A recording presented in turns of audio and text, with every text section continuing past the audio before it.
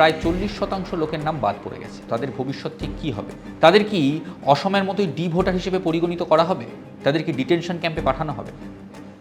নমস্কার, আমি তিশ্বরূপ। আজকের এই পর্বে আমরা কথা বলবো এমন একটা বিষয় নিয়ে যা এই রাজ্যের লক্ষ লক্ষ মানুষের আতঙ্কের কারণ হয়ে দাঁড়িয়েছে। কী সেই আতঙ্ক? এই মানুষগুলো কি ডি ভোটার হয়ে যাবে? তাদের কি ডিটেনশন ক্যাম্পে পাঠিয়ে দেওয়া হবে?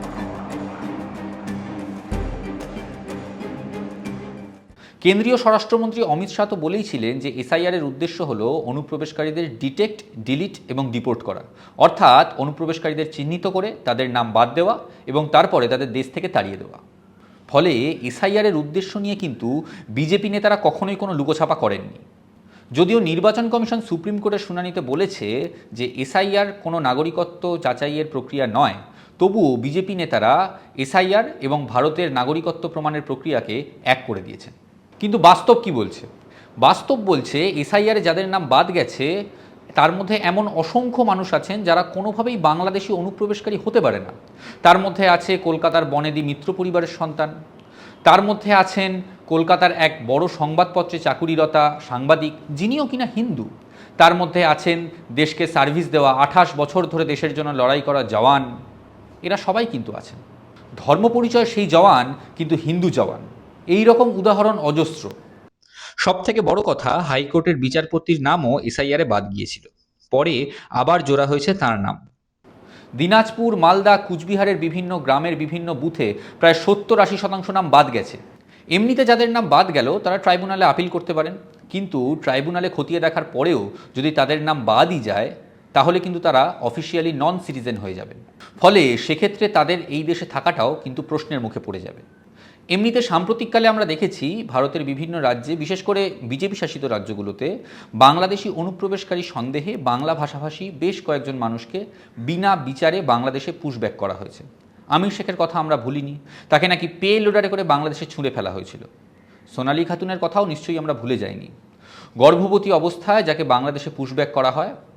পরবর্তীকালে সুপ্রিম কোর্ট নির্দেশ দেওয়া সত্ত্বেও অনেক টালবাহানার পরে তাকে এদেশে ফিরিয়ে আনে কেন্দ্রীয় সরকার। এখানে উল্লেখযোগ্য হলো এই সবই কিন্তু এসআইআর শুরু হওয়ার আগের ঘটনা। এই উদাহরণগুলো সামনে থাকায় ভোটার তালিকায় নাম বাদ যাওয়া মানুষরা বেশ আতঙ্কে আছেন, বিশেষ করে সংখ্যালঘু সম্প্রদায়ের মানুষরা। এসআইআরের আন্ডার অ্যাডজুডিকেশন তালিকায় যে 60 লক্ষ মানুষের নাম ছিল সেখানে একটা প্রবণতা দেখা যায়। কী সেই প্রবণতা? বুথের পর বুথে প্রায় 70-80% মানুষের নাম বিচারাধীন, তার মধ্যে অজস্র মানুষ সংখ্যালঘু এবং বিপুল একটা অংশ মহিলা। এর পিছনে অন্যতম গুরুত্বপূর্ণ কারণ হিসেবে যেটা উঠে আসছে সেটা হচ্ছে বিয়ের পরে মহিলাদের পদবীর পরিবর্তন হওয়া। সে তো বদলায়, এই নিয়ে অনেক কথা হয়েছে, সুপ্রিম কোর্টে সওয়াল হয়েছে, কিন্তু বাদ দেওয়ার প্রবণতা কিন্তু পাল্টায়নি। কিন্তু এগুলো তো বাহ্যিক কারণ। অনেকেই কিন্তু এর মধ্যে একটা প্যাটার্ন খুঁজে পাচ্ছেন, উদ্দেশ্য খুঁজে পাচ্ছেন। তারা বলছেন সেই উদ্দেশ্য না থাকলে এটা হতে পারে না। সাপ্লিমেন্টারি লিস্ট প্রকাশ হওয়ার পর যে 18 লক্ষ নাম বাদ গেছে সেখানেও এই একই প্রবণতা। যেটুকু যা খবর পাওয়া যাচ্ছে তাদের নাম ছিল 2002-এর ভোটার লিস্টে, তাদের কাছে পর্যাপ্ত নথিও ছিল। তাদের মধ্যে কে নেই? হাইকোর্টের প্রাক্তন বিচারপতি, নির্বাচন কমিশন কর্তৃক দায়িত্বপ্রাপ্ত পোলিং অফিসার, প্রিসাইডিং অফিসার, প্রধান শিক্ষক, এবং তাদের সকলে কিন্তু মুসলমানও নন। রাজ্যের বিরোধী দলনেতা শুভেন্দু অধিকারী ইতিমধ্যে এই সমস্ত মানুষদেরকে রোহিঙ্গা, অনুপ্রবেশকারী এরকম বিবিধ নানা কিছু বলেছেন। অনেকেই এই সুরে সুর মেলাচ্ছেন। আবার সেই একই প্রশ্ন, যাদের নাম বাদ গেল তাদের ভবিষ্যৎ কী? তারা কি সকলেই ডি ভোটার?